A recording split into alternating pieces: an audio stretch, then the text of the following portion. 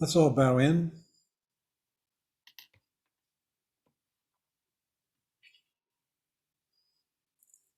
And welcome to the course, The Buddhist Path of Awakening, based on the books, The Profound Treasury of the Ocean of Dharma by Chögyam Trungpa. We're on volume 2. And tonight we're going to be discussing 3 chapters.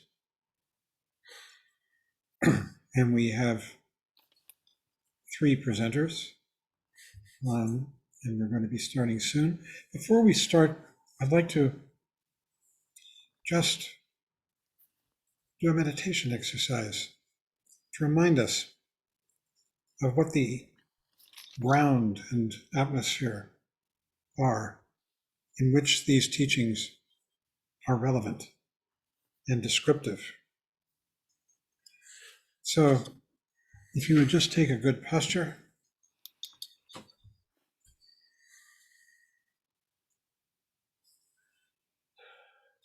and bring your mind into this present moment. This is where it all happens. The only place these teachings are alive is right here, always in the present, now, wherever we may be. Never in thought, never in dream, which contains all of our neurosis, but always in the sanity of this present moment, this space that we inhabit. This space is temporal, now, spatial, here, in this location, and it's also one with our knowledge, with our knowingness. It takes no effort to be aware of this. Rather, we come back to it. It's always here waiting, like the sky.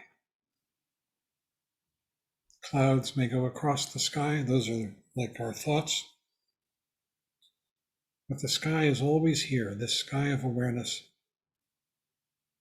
And we rest here. We come back to it from dreams, from thoughts. And in this sky,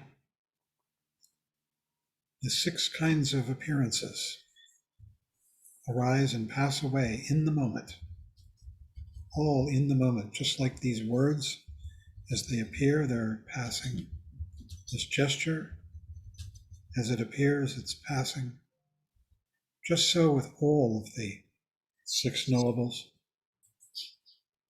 As they arise, they're leaving.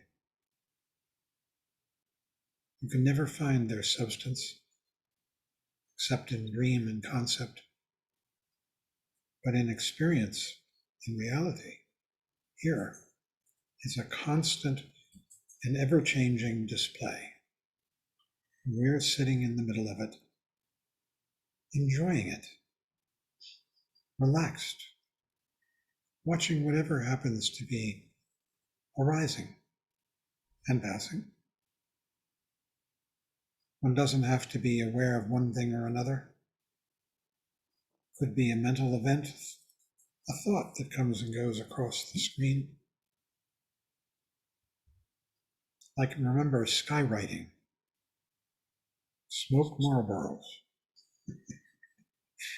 Those are our thoughts. They go across this screen of awareness like that skywriting and disappear, just like the smoke in those skywritings did.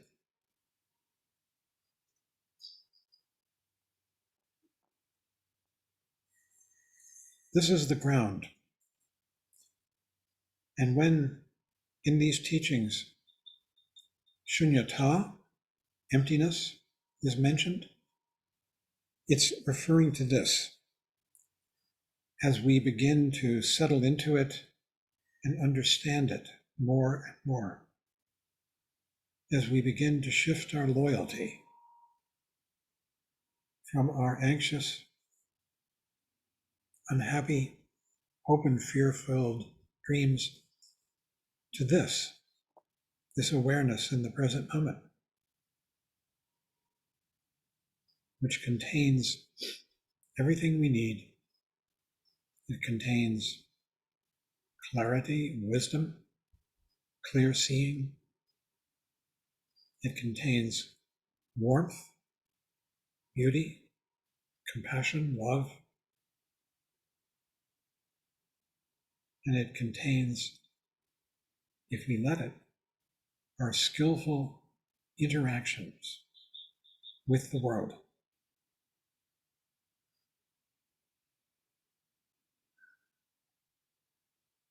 Take a deep breath, and as you breathe out, come present.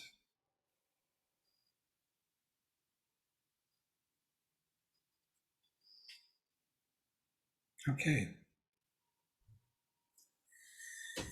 So, with that as our foundation, we'll start.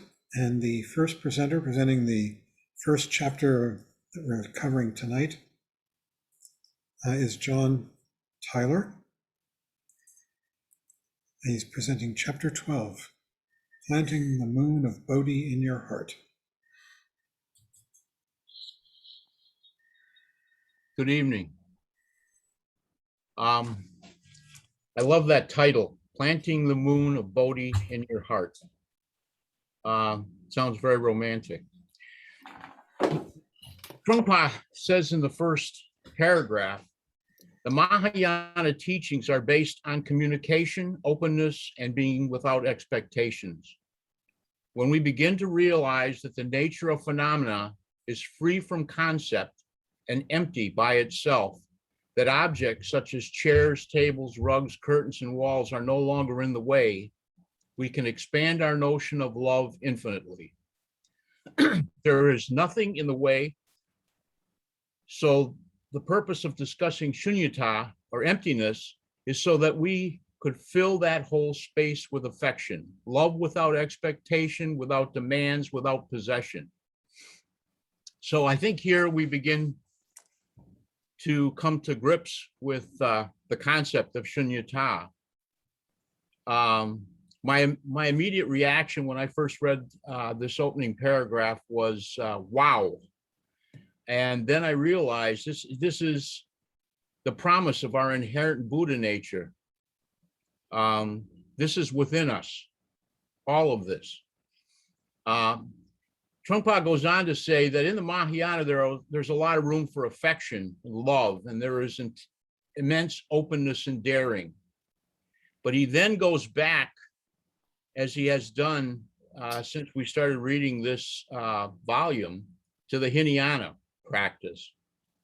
And he refers to the individual's Hinayana practice, which is based on not causing harm to others, based on shamatha, or mindfulness. You become reasonable and polite, but it doesn't go far enough. And I think this is the point.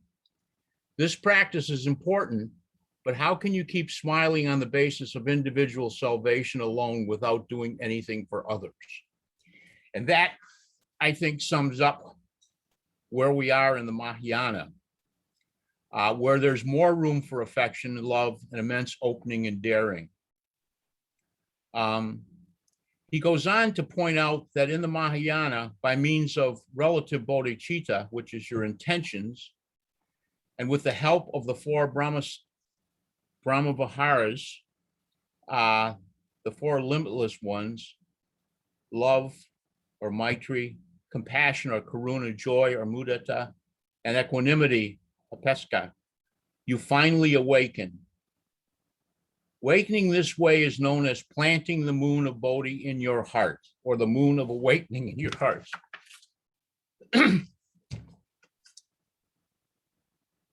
When you commit yourself to the Bodhisattva Path, you feel as if you have done it before, and that you have been doing it all along. It is like living up to your inheritance. You feel that there is something quite natural and right about it. And I think it's very important to realize that these feelings come from within each of us. And they are, I believe, expressions of the beginnings of our opening to these teachings. He goes on to say, relative bodhicitta begins with loving kindness. You are learning to love one another. You are learning to love yourself. And then he says, it is he says a number of things. It is very difficult to learn to love. It's if an object of fascination or some kind of dream or promise is presented to you, you might fall in love. This love is conditional and like a business deal rather than actual love. I love that statement. Not really very appealing is my thought about that. But it is very hard to love if it means purely giving love without expecting anything in return. He goes on to say that it's very difficult to do this. To learn to love, to learn to open is one of the hardest things for us. Being in the human realm, and each realm has its own klesha, and in the human realm, that klesha is conditioned by passion. Our main focus is passion and lust. In the interaction, there is also an element of aggression, not really the kind of love that he was talking about early on in terms of loving without expectation. He then says, by contrast, in the Mahayana, love and affection are both free and open love, love that doesn't ask anything in return. And this is my favorite statement. Love as a mutual dance that takes place, and even if you step on each other's toes during the dance, it is not regarded as a problem or insult. When you begin to realize that the nature of phenomena is free from concept and empty by itself, we can expand our notion of love infinitely. So I think the purpose of discussing shunyata, or emptiness, is so that we could fill the whole of space with affection, love without expectation, without demands, without possession. And I think this chapter, in addition, is all about intention. As we begin to enter this closer relationship with as a bodhisattva, I think we're being asked to look at what our intentions are. And we begin to develop in the Mahayana, which is really the essence. And finally, I guess I would say that after reading this chapter, my initial reaction was, this is why I'm a Buddhist. This is what I want. But then I realized I already have it. All I need to do is awaken. And I think, in conclusion, the clarity of the path is, to me, is startling. And at the same time, it is so simple and it's eloquent. It's amazing, I think, to do these readings, to listen to these teachings, and to realize what the promise ahead of us is. So thank you very much.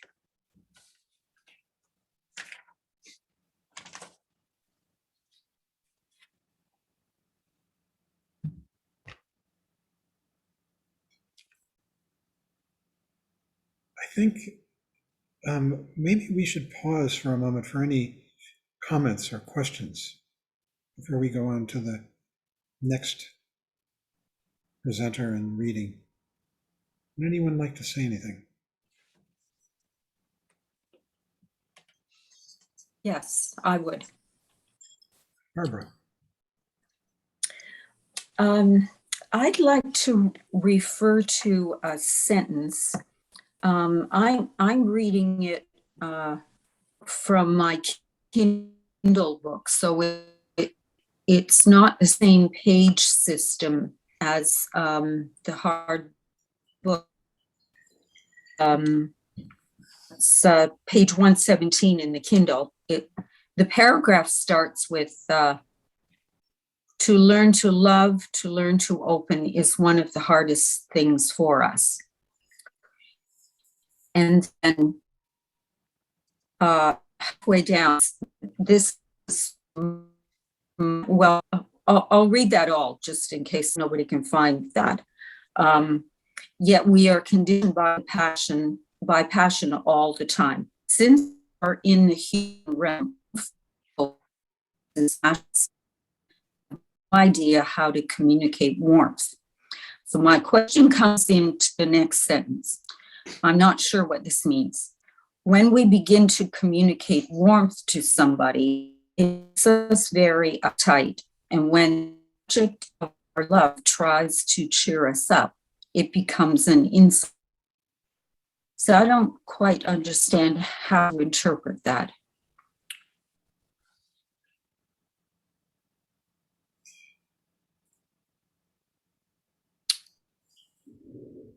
Is anybody else could read that? And Barbara, I'm sorry, but you're breaking up so much. It's hard to. Paragraphs. I believe this is a paragraph from it. You want me to read it, John? Yes. Could you, John? Okay. To learn to love, to learn to open is one of the hardest things for us. Yet we are conditioned by passion all the time. Since we are in the human realm, our main focus is on passion and lust, yet we have no idea how to communicate warmth. When we begin to communicate warmth to somebody, it makes us very uptight. And when the object of our love tries to cheer us up, it becomes an insult. It is a very aggression-oriented approach. Yeah. There's an awful lot in there. I think what he's saying is that we tend, at first glance or at first approach, to regard, to approach people with passion, which is acquisitive and self-serving, and has to do with the accumulation of pleasure. And if we're asked to really open and love someone in a very open way, it can be frightening and scary.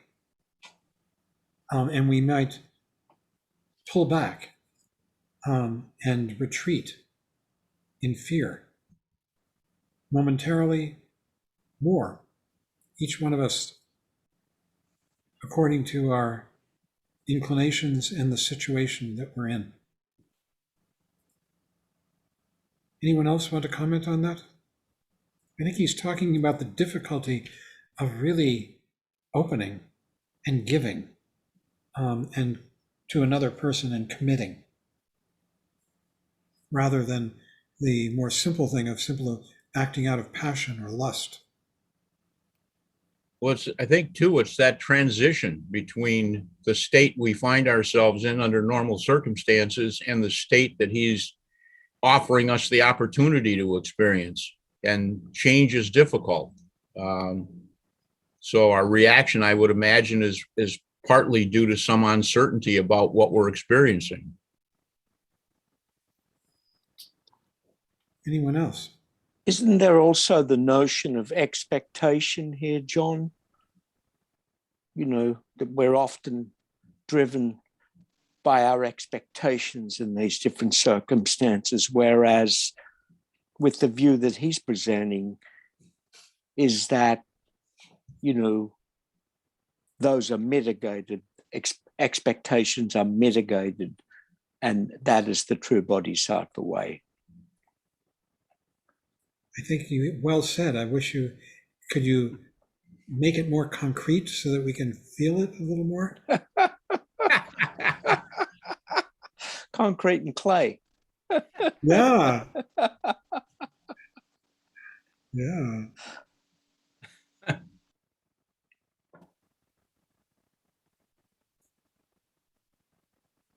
Anyone else?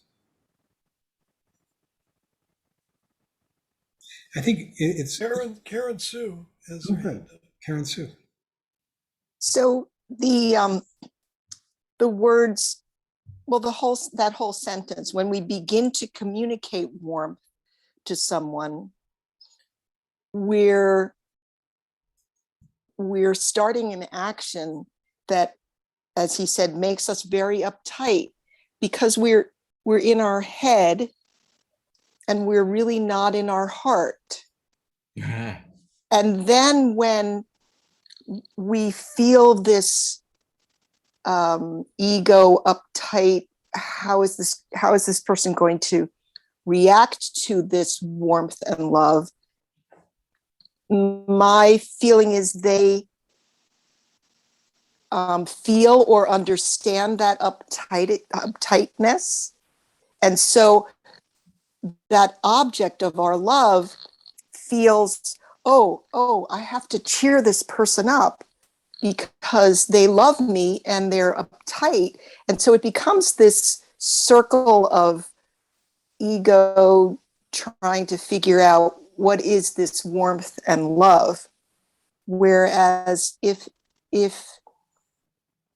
it is open and free and expansive, it meaning love with no expectation of anything in return, it's going out and there's no expectation of coming back in.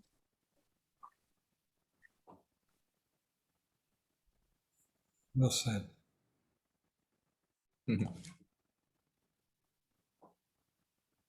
I'd like to add to that what Karen Sue said. I'm looking at this, from my understanding of love, which tends to be a romantic love, but from that perspective, it feels like it takes two. That to move towards another in a state of warmth, that person, in this case on the other side, has to also be willing to accept that. And because I think it can be very fearful on both sides. And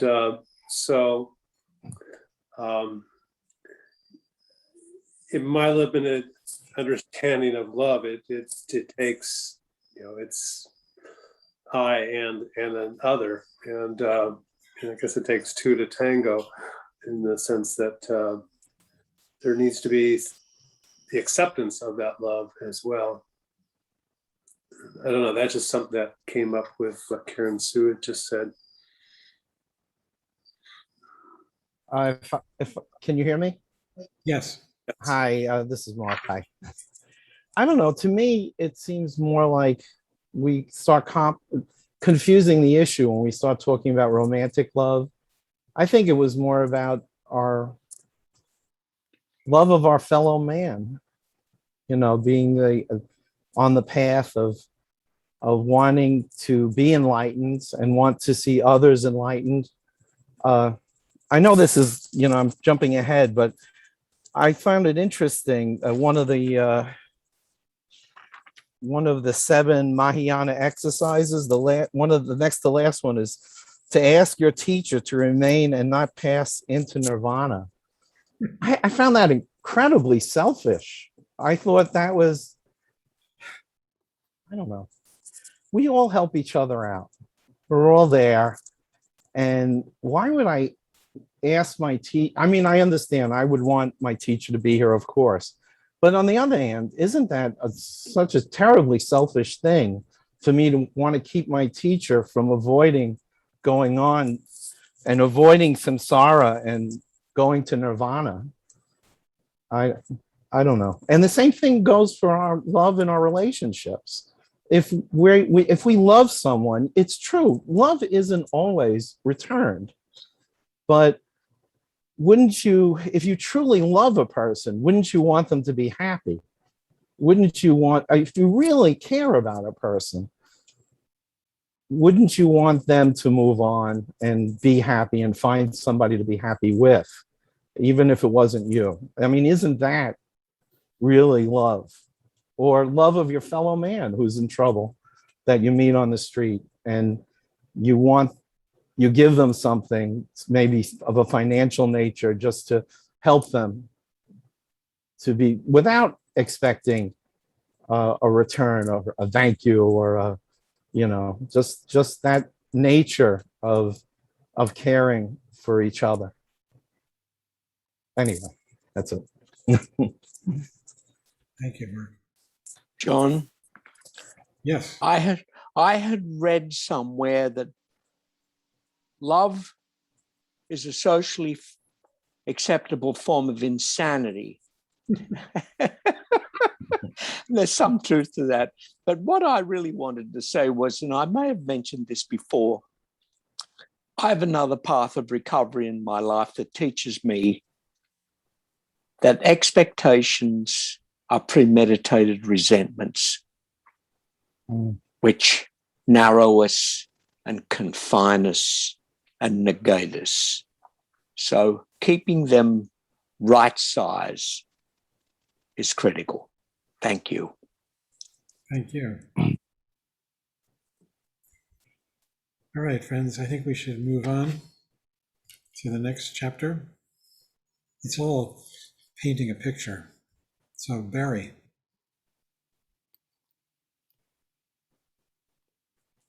Okay. That was beautiful, Mark, by the way. All right. I'm having to reorient myself a little bit here. But, excuse me. This next chapter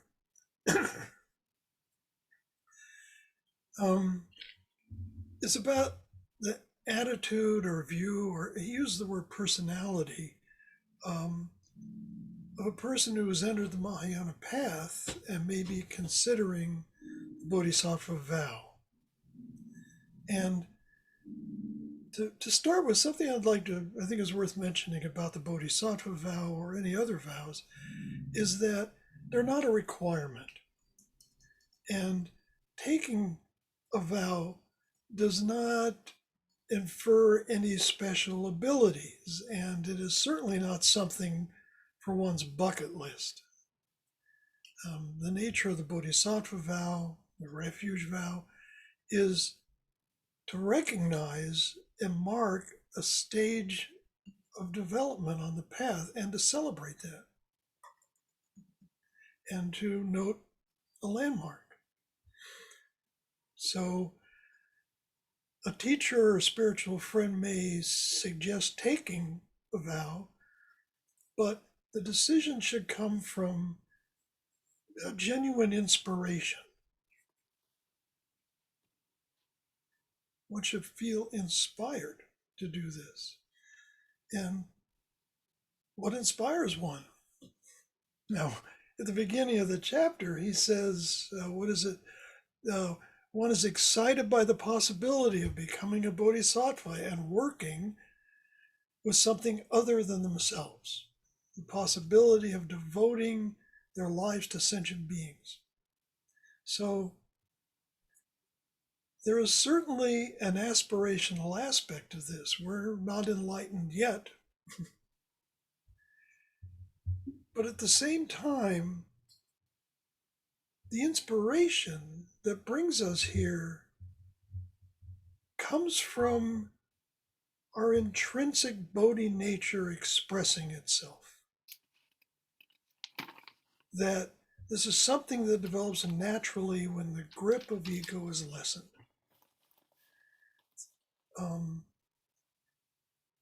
And that starts with the preoccupation with the self. As our awareness expands and opens, a new kind of communication becomes possible. We begin to see the possibility of actually being of benefit to others, the possibility of relieving the suffering of others. And that can be an inspiration. So the vow itself, he makes a point of saying, is a celebration. He likens it to a birthday party. It's saying, okay, it celebrates a landmark. Here you are. So here we are. The moon of Bodhi has been planted, and it's time for a celebration. And now we come to the attitude or view. He says the type of personality that is suited to the Mahayana mentality and approach, and 4 factors, which are affection for the world, faith in right situation, compassion for sentient beings, and bravery. Starting with affection for the world. And here again, affection emerges when aggression recedes. And true affection is not possible in the presence of aggression. See, the aggression of needing the world to adjust itself to my needs, the aggression of what's in it for me, the aggression of sorting everything into buckets of desirable and undesirable. He says the problem with aggression is that there is no genuine affection or sympathy for the world. You favor areas of the world that are in keeping with your own philosophy, discipline, or literature, and everything else is regarded as unworthy. But with non-aggression, there is a feeling of openness and discriminating awareness. And that last bit is worth taking note of, discriminating awareness. You see, that it's not suggested that our intelligence is abandoned, that we walk through life with open arms, loving everyone. But there is intelligence. You see, among other things, the fog of ego gets in the way of seeing clearly. Everything is seen through filters of what's in it for me. So without aggression, there is openness and there is discrimination, there is intelligence. We're better able to perceive things directly.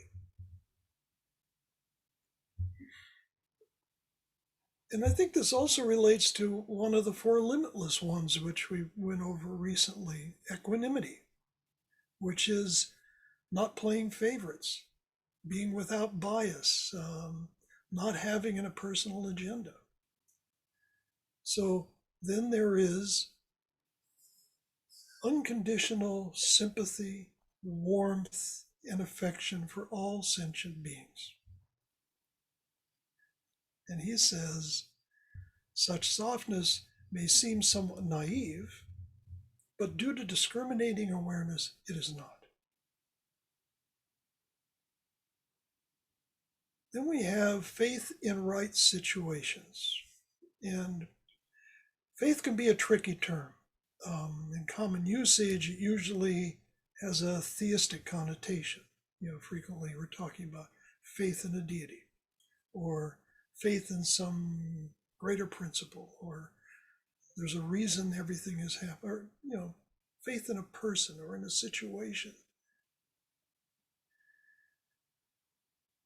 But from the Buddhist perspective, that kind of faith is problematic because it's usually there to fulfill a personal need, to provide something to hang on to comfort yourself, to soothe yourself, right?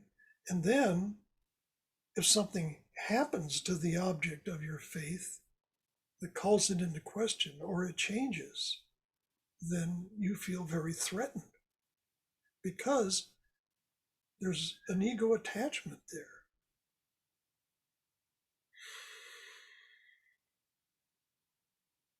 He says about that kind of faith that is based on having allegiance towards certain situations and experiences, which enables you to gather greater confirmation of your ego. So, and that faith in the right situations has nothing to do with the confirmation of the ego. It is just simple, rightful faith. It is faith without any expectation of reward, without any expectations at all. That faith is related to confidence and trust. Trust in the Dharma, trust in the Buddha nature of sentient beings. When we take refuge in the Buddha, the Dharma, and the Sangha, that is an expression of faith. In fact, it is faith that inspires us to take these vows in the first place. He says, based on devotion to the Buddha, you feel that you are on the right track. You know that other people have done it the same way, so there is a feeling of comradeship. There is a healthiness in your approach and healthiness in your involvement with others. As a result, you do not become evangelical or dogmatic. You do not become angry or thirst for power. That right faith inspires a vision of the Buddha, the Dharma, the Sangha, or community. It inspires a vision of bodhisattvas.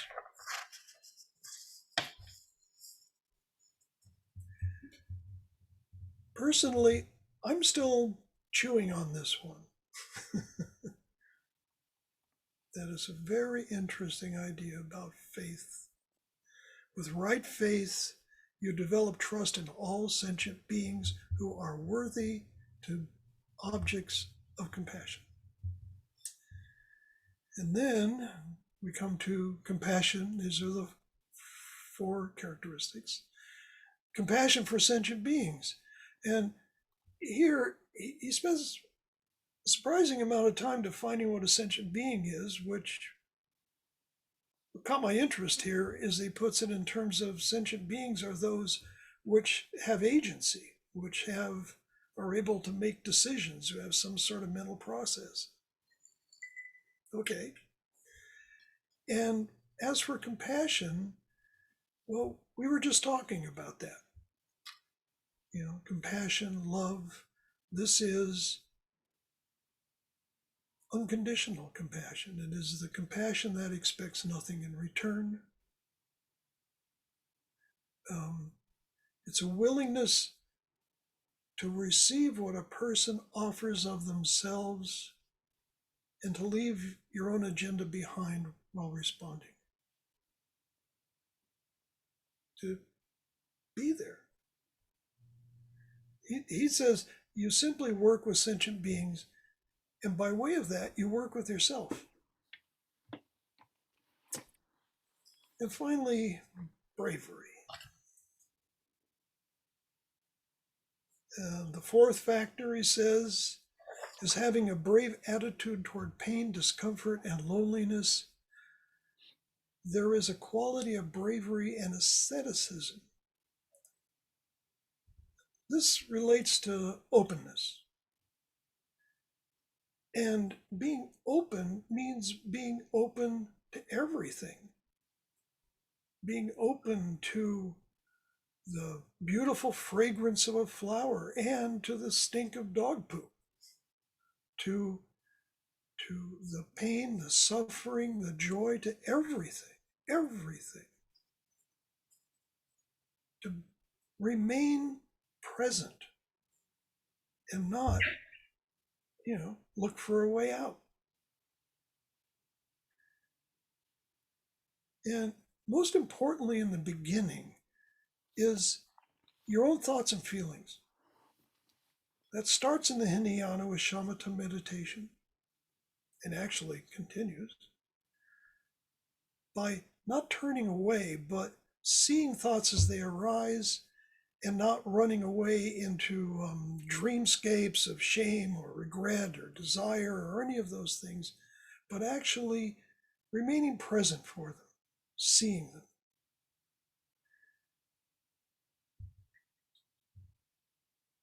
So, I would say that freedom from suffering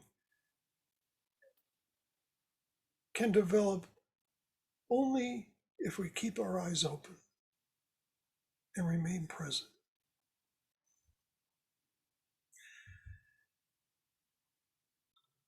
That might be saying something. Anyway.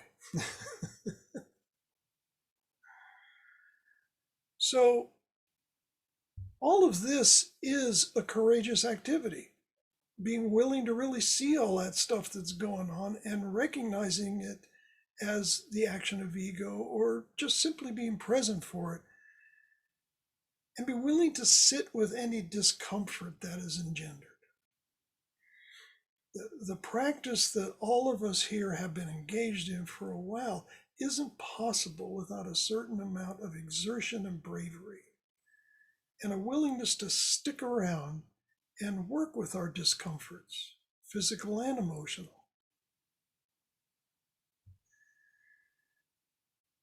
And comfort is something he talks about here, that in our culture in general, we're encouraged to seek pleasure and provided with endless opportunities to avoid difficulties and outright pain. He says there is immense attachment to comfort.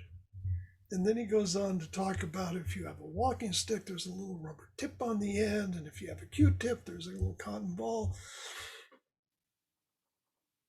He says little expansions of hospitality of that nature build a whole society of immense comfort. And then he says the problem is that you begin to give in to that comfort until finally it becomes a way of living. So that we come to expect that there should be a way to smooth things over, to avoid the dirty work, to turn away. For instance, in meditation, you may experience restlessness. And instead of simply seeing that you're restless and returning, you begin to negotiate. Well, let me see, I've been sitting for 20 minutes now. That should be enough. I could just forego the rest of it. Or maybe you even anticipate that and decide that you have more important things to do. Because we've been conditioned to find some way to avoid the discomfort. There's an expectation that there's going to be some pill we can take, something. He does say here that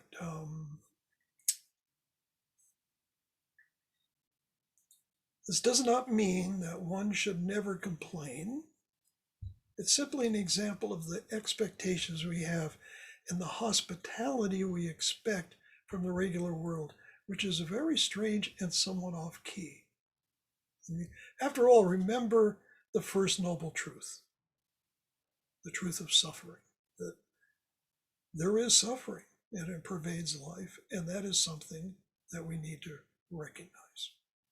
So the point here is not that we should eschew all conveniences and comforts, it's that we stay awake,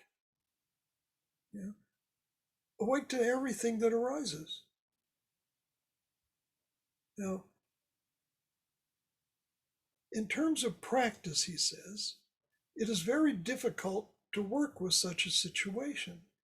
As I said, there's always negotiation going on. We have been softened and corrupted by that point of view. We have been weakened by that hospitality, and it is as a result, we cannot bear pain properly. See, there's nothing wrong with avoiding pain up to a point, but not when it becomes our predominant value. That sometimes if there is some discomfort, some pain, you can simply be present to it. Now, and of course, and he also says this does not necessarily mean we have to go on to the other extreme of becoming martyrs. So at the end, he says, and I would just read this last part here.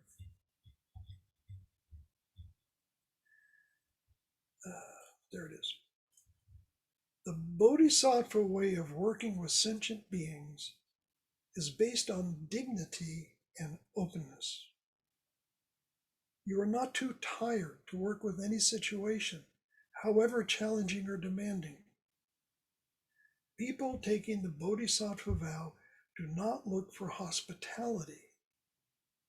And once you have taken the Bodhisattva vow, the teacher is not going to issue you your hats and coats and rubber gloves and boots so you can fight the world outside. The teacher presents you with nothing you can present yourself as you are.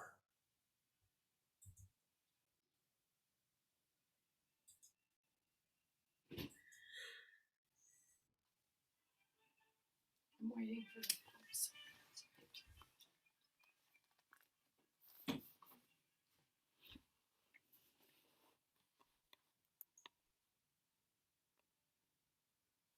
Any comments or questions?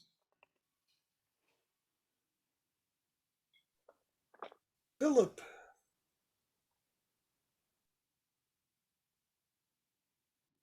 Oops, you're still muted. All right. Thank you, Barry, and thank you, John. Those are well done and very generous. I wanted to suggest an idea relating to faith. And it's relating to something you said, Barry, and it's related. We spent a lot of time last week talking about faith. And so here we are this week with 3 paragraphs from Rinpoche talking about exactly that. And initially, I found myself thinking, well, if I can only wrap my mind around this, I'll finally have it, right? I'll finally understand it.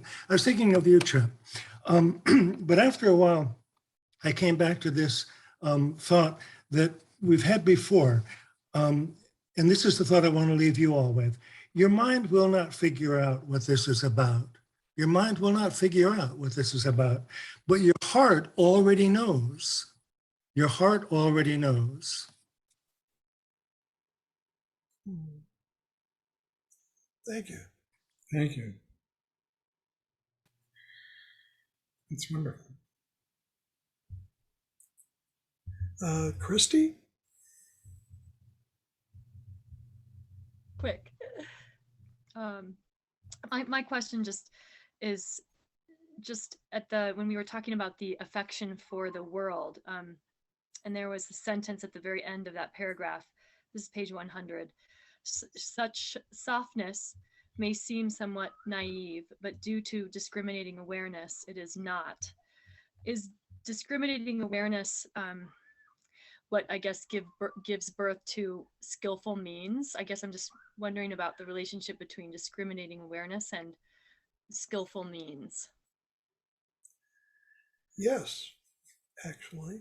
I think what it's saying here is that, yeah, it can seem very naive to talk about having compassion for all sentient beings and being full of love unconditionally. But with discriminating awareness, it means that it's clear seeing. It's prajna. And when there's no attachment to yourself, when you're seeing things without it being all about, is this good for me, bad for me, what can I get, what can I lose, and all that, but you're responding more directly. That's the nature of real compassion, is it's really communication. And when you can see clearly, then it's not goody-goody or naive. You can actually be working with your innate intelligence. I don't feel like I explained that very well. Maybe someone else would like to say something.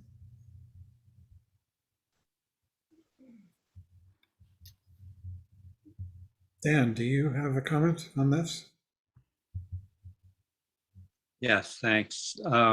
Thanks, Barry. Thanks, John. I got kicked off the internet before by my internet connection. But anyway, both of you did a beautiful job. But Barry, when you were reading the part or talking about the part that was talking about avoiding pain, it's funny, I found myself saying to someone the other day, it was probably the wrong thing to say, but they weren't loving me unconditionally. They were breaking the contract. So I found myself saying, I didn't come to Buddhism to learn how to feel good. I came to Buddhism to learn how to feel bad. And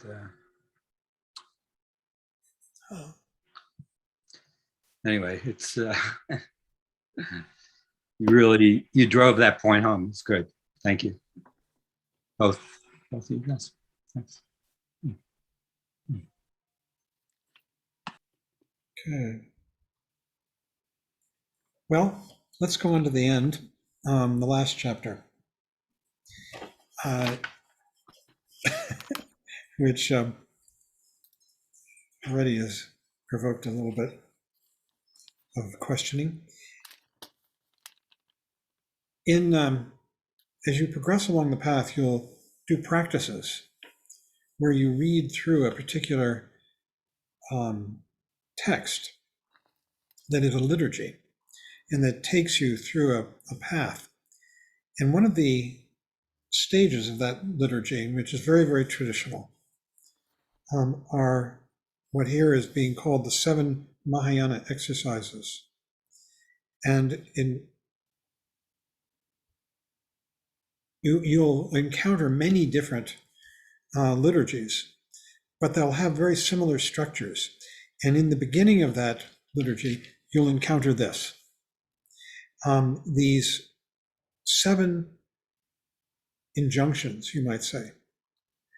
And they all are aimed at engendering, helping us to remember the state of mind of awareness and everything that it includes or that it arouses in us, which is devotion, enormous appreciation for the ability to come present and to see what is there, and openness. And we're arousing these qualities in us, and we recite these, sometimes it's called the 7-branch prayer or the 7-fold puja. Puja means, a ceremony. And there's a formulaic way that this is said, but here he's just describing each one of them. The first is prostrations. And for those of you who've taken refuge or Bodhisattva vows, you're familiar with prostrations. If you're doing a full prostration, you put your hands up here and you say, I take refuge in the Buddha, in the Dharma, and in the Sangha. And then you lie down flat on the floor with your arms out in front of you, and then you stand back up again and do it again for however many times you're going to do prostrations. And what this really amounts to is that you are surrendering your ego, the sense of I. And it's done both at the Hinayana level as well as the Mahayana level, and at the Vajrayana level. In fact, the entrance to the Vajrayana, when you get to that stage of the path, if you want to start practicing tantric teachings, is that you have to do what are called the 4 preliminary practices. And the very first of those is prostrations. And it's quite strenuous. If you're in shape for it, you'll do 100,000 of them, actually 108, because you go through a mala, a necklace of beads, which has 108 beads on it, 1,000 times. And lying down, getting up. Trungpa Rinpoche wrote a poem which used to be posted on the wall of the Karmadzong Meditation Center here in Boulder about prostrations. The title of that poem was Oceans of Sweat. And while you're doing the prostrations, you're taking refuge. You're saying, I take refuge in the Buddha, I take refuge in the Dharma, I take refuge in the Sangha, over and over again, up and down. And then there are 3 other practices. Each practice gets a bit easier than the first being prostrations. But also, as you go along, especially the more you get into a relationship with a teacher, if that teacher is traditional, you will find that when you go in to see that teacher and have an interview, the first thing you do is you prostrate to the teacher, because the teacher represents the Buddha and the Dharma and the Sangha, all 3 jewels. And you're prostrating. You're surrendering yourself to it. You're indicating your respect and your openness and devotion. This comes the genuineness of this comes as you begin to appreciate the teachings and their effect on you more and more. And then prostrations become a genuine and heartfelt expression at some point. The second one is offering. You make an offering of, it might be incense or flowers to the shrine.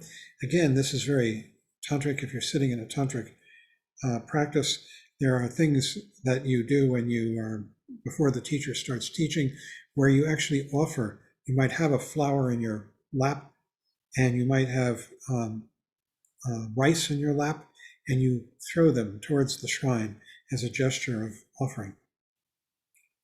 If you have a meditation shrine at home, you might put flowers on it, you might put water on the shrine, and you might light incense.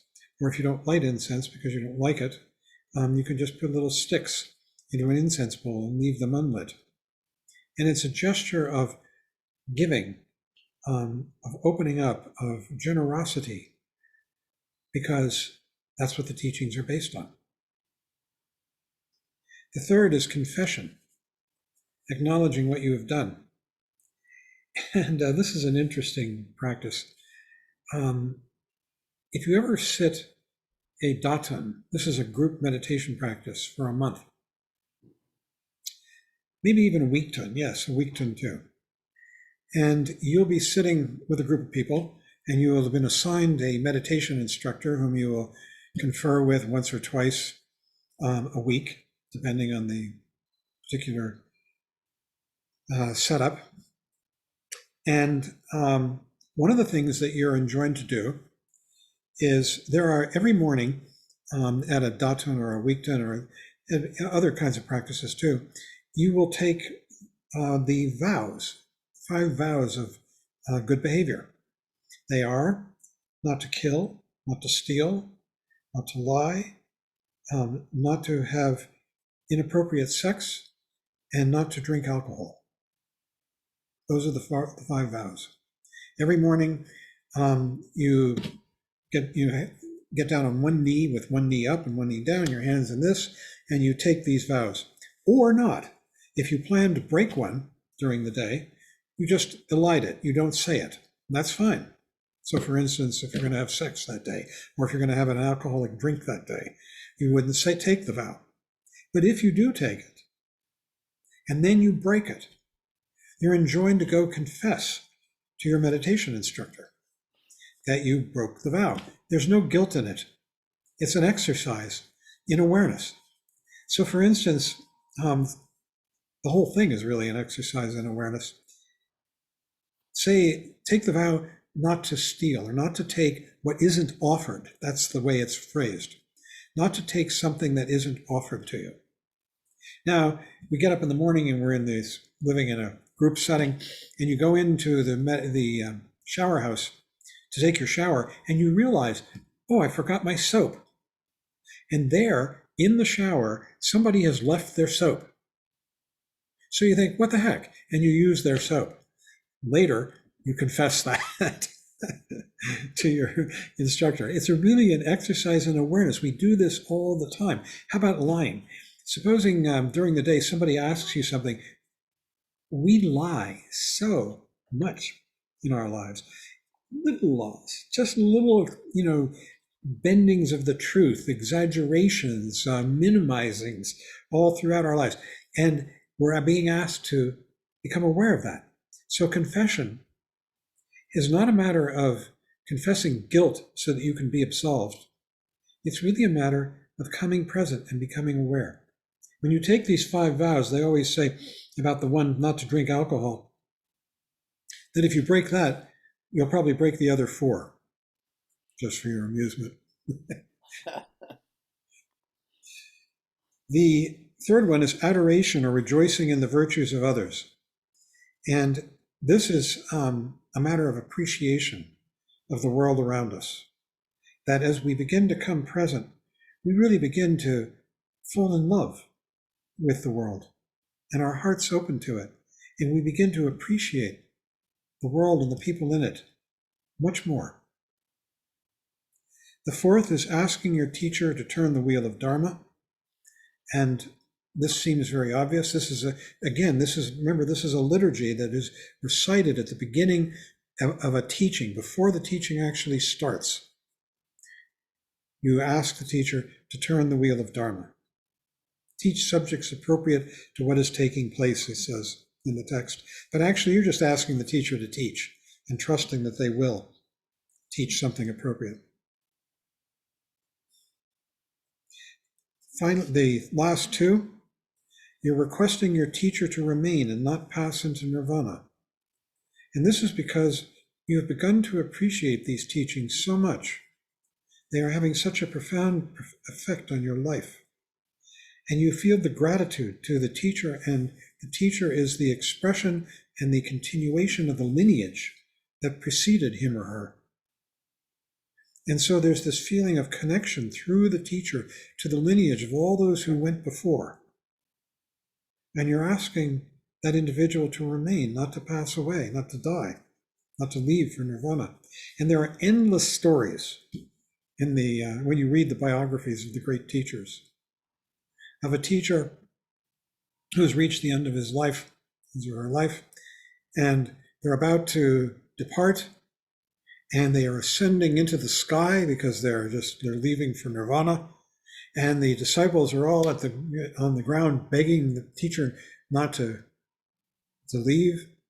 And the teacher turns around and gives them a teaching and then disappears. This is classic in the lives of the great teachers.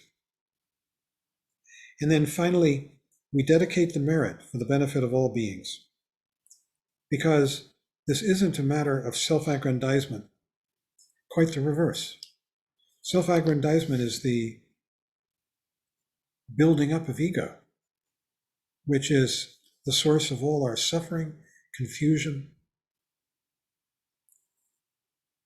unhappiness, selfishness, and all the rest. And so when we dedicate the merit, we're giving that up. And we're saying, I just want to come present, forget myself, and be of service. He described before the act of love in the previous chapter, that it's like a dance. That word dance is very important, the higher in the teachings you go. That the individual is in constant communication and responsiveness to this world as it arises and passes in the present moment. And then it's an act of love. It's an act of dance, of continual back and forth. The qualities, this question came up in the last talk, the qualities that are being developed on the Mahayana path. The first one is prajna, seeing this world, beginning to see this world beyond the distortions of ego. Ego's always seeing it in terms of what it's doing for me or to me. And we begin to see the world stripped of that. And then the second aspect is that, and they go hand in hand, they're two sides of the same coin really, is that seeing the world as it is, we feel enormous compassion. And compassion here is not a feeling sorry for, it's love, it's resonance with, it's vibrating with. Seeing the world as it is, our hearts open and we are in it. The third quality, and the most difficult one to develop, is skillful means. That means that seeing the world as it is, with an open heart, we begin to act appropriately to further those values of clear seeing, open-heartedness, sanity, awakening. That is skillful means. And it's the hardest of the three qualities to develop, because throughout the whole process, there's still this watcher, thinner and thinner, less and less of it, which is ego, and it's judging it. It's watching it happen. It's saying, oh, that's good. This is bad. I want this to happen. I don't want that to happen. It's getting thinner and thinner and thinner, but it's still there, even with prajna and compassion. And it's saying, oh, this is prajna, clear seeing. Isn't this great? Oh, my heart is opening. But when you begin to actually go into action, you forget yourself. And you have to literally give up the watcher more than has ever been given up before. Ego. It's kind of like, you've been thinking about whatever it might be, doing something, and then you actually do it. And in the doing, you have to forget yourself. That's the problem with skillful means, and it's also the opportunity with skillful means. So these are the three possibilities. So you'll be coming across this sevenfold offering, this 7-branch prayer, again and again, the more you get into traditional liturgies and practices with a teacher. So I'll stop there, and we could have a few more comments, questions.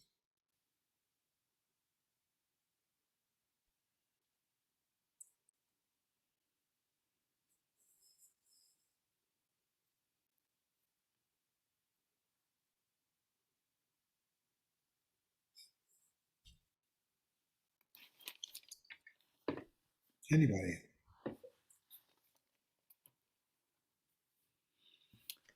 John, can you hear me? Yes. I play tennis, and all the things that I've heard today, or most of the things, have to do with giving up your ego and the aggression and things like that, which are really valued skills when you play a game. And I have trouble each point when you play tennis. Now I'm old, so I play doubles, but each point gives you an opportunity to miss a shot or to go ahead and get angry at yourself or an opponent. And today I was playing, and I tried to give up having any kind of judgment if I made a shot, that I missed a shot or something like that. And I find that just to be beyond my control. And I just wondered what you thought about a game like that, because I do it often. I'm trying to let go of ego, trying to let go of the demands that the game places on me. What I'd say is this, that the one who wants to let go of ego and stop making those demands is ego. Oh. And the only real way to deal with the situation is to stop being critical of yourself and trade that in for awareness. That all you really need to do is to watch it, see it unfold in your mind, in your feet, in your racket, all of it. To watch it, to see it. You don't watch it as though there's a separate watcher. It's an awareness. You're there. If you have a separate watcher, it gets in the way. Make you awkward, clumsy. But you can just see it as it unfolds without, and let go of the self-judgment. That's beautiful. then you're bringing the Dharma to your tennis. Yes. It happens every point. I mean, it happens so often. There's no way to avoid it. Right? So It's true. Absolutely. It's our nature. yeah. But then we punctuate it with disappointment, with self-criticism. Yeah. Yeah. Those are the enemies, self-criticism especially. Yeah. Thank you. Great. Wish I could see you play, Bernard. Someday, maybe. Yeah. Who else? Arthur Ashe, remember him? Oh, very, very well. Yes. He was a Zen Buddhist. Was he? Oh, absolutely. Quite committed. He brought it to his tennis, and he wrote at least one book about it. Yeah, the Zen of Tennis. The Zen of Tennis, yeah, that's it. Hi, Jude. Hi. Oh, Robert and Ed have both had their hands up for a while. Okay, Robert? So, good evening. I'd like to know in the past section, you talked about faith in right situations. And we're talking about skillful means in this segment. Is there a relationship between the two, or what is the relationship between the two? Between which two? Faith and? Faith in right situations.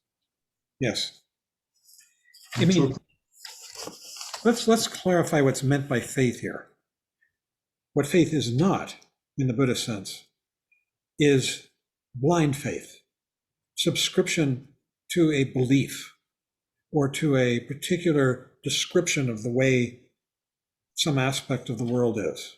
That is not what is meant here. What is meant here is that as we begin to practice, especially through meditation, and it works with our study, we begin to see the truth of these teachings in our own lives, in our own experience. Not only do we begin to see the truth of these teachings, we begin to write it ourselves in our own words, the words of a tennis game, if you wish, as Arthur Ashe did, and maybe Bernard does, or whatever it might be. That seeing of the truth of the teachings is what is meant by faith here. It's not a matter of belief or subscription. And then, when we begin to develop that kind of faith, we can begin to commit ourselves so much more fully to the path, to the practice, to studying the teachings and finding out what they really mean as it unfolds. Because we're beginning to genuinely see the truth of them. And we also see that they're imperfect. The teachings are always imperfect. Words are always just an attempt to describe reality, but reality itself is always beyond words. Just like this moment now is so rich and full of all the different sense perceptions and things that are going on in each one of our minds, we could never describe it. But we pick particular things to notice and put into words. Faith is beginning to see that those words that are most meaningful and what they point to, what they lead to in our experience. And then we begin to trust the words, to find that they're useful. There was a great teacher who said that words are just useful ways to take things. Useful for a particular person at a particular time and a particular place. They're not the reality. They point to reality. In the Tibetan, words are called tags. The word is namdak, and it means tag. It's as though you're having an experience of this table, and you have a tag, and you write the word table on the tag and scotch tape it to the table. That's the relationship of a word to what you are actually experiencing. So I'll stop.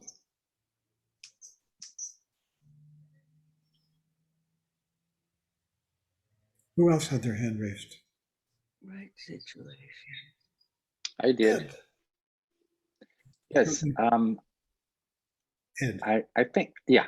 I think that the comment was made earlier that requesting your teachers to remain and not pass into nirvana was a selfish comment or a selfish idea. Yeah. But I actually think if you think of it as asking them to stay for the benefit of all sentient beings, so that what they have given you or how they have led you can spread to all sentient beings, then it's not there's no self-involvement, if you will. It isn't you who's asking. It's part of your intention of loving kindness and compassion. So as a result, John, I don't think you can ever die.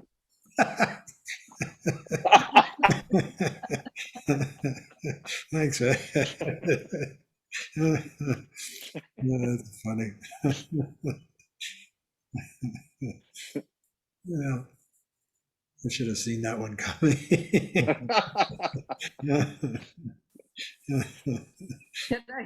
Can I just say something funny too? I sometimes sing to John that song. It was an old rock and roll song. Stay just a little bit longer. Won't you stay? Oh, good. Great teachers never die. They just lose their class. That's a good one. Well, friends, it's getting late. Anybody have anything else that we missed? Hand raised that we didn't acknowledge. We're going to have discussion group tomorrow night. This is really rich material.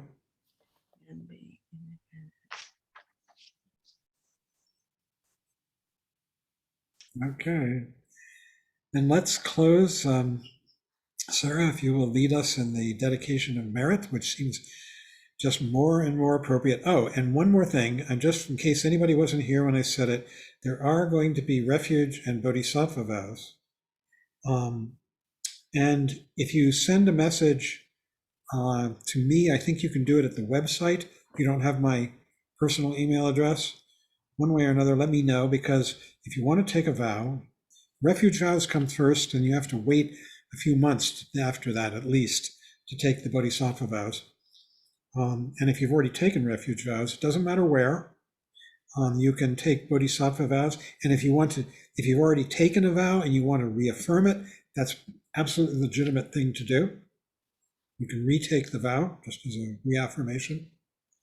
But if you're going to take it, especially if you're going to take it at all, I'd like to have a conversation with you, especially those who are taking a vow for the first time. And yeah, so that'll be coming up in about a month or so. All right, here we go. Sarah.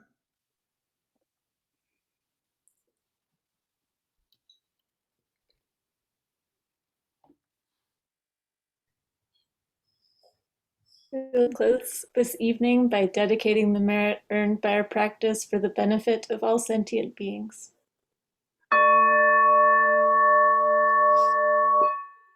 By this merit, may all obtain omniscience. May it defeat the enemy wrongdoing from the stormy waves of birth, old age, sickness, and death. From the ocean of samsara, may I free all beings. By the confidence of the golden sun of the great East, may the lotus garden of the Rigden's wisdom bloom. May the dark ignorance of sentient beings be dispelled. May all beings enjoy profound, brilliant glory.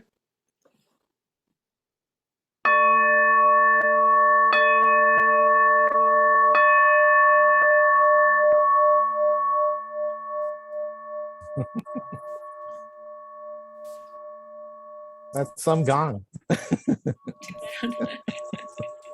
Good one. Good one. Amazing. There. Good It's really going. touchy. I have to hit it just right. Wow. So long, folks. Thanks, Barry. you all Thanks, for- John. Thank Thanks, you, everyone. John. Thanks, everybody. Yeah. Hey, everybody. Nice evening, everyone. Thank you all. Have a good Thank you all. Thank you, everyone. Good night. Good night. Good night.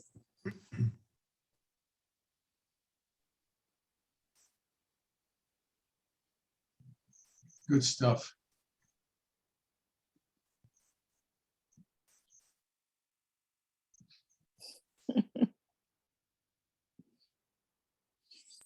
Yeah, it's sweet. It's the Mahayana. Love you. Bye. Bye. I got a greater appreciation for something you said. I had a real big lesson in that this week about first thought, best thought. Real actual practical thing that happened. It's like my whole life got wrapped up in it. It's very beautiful. Thank you. You're welcome. Thank you very much. Bye, everybody. Talk later.